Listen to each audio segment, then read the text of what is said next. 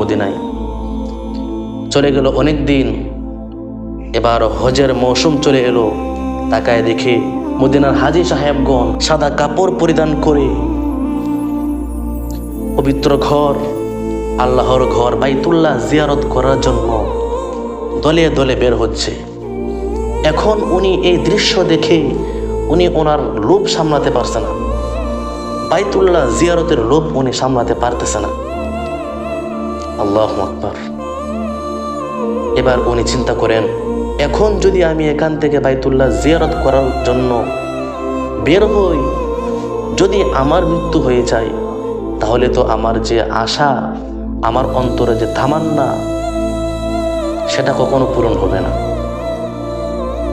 এবার কি করবে? এবার উনি আল্লাহ তাআলাকে বলেন, ওগো আল্লাহ, যদি আমি জানতে পারতাম আমার মৃত্যু কখন হবে, কোথায় হবে, তাহলে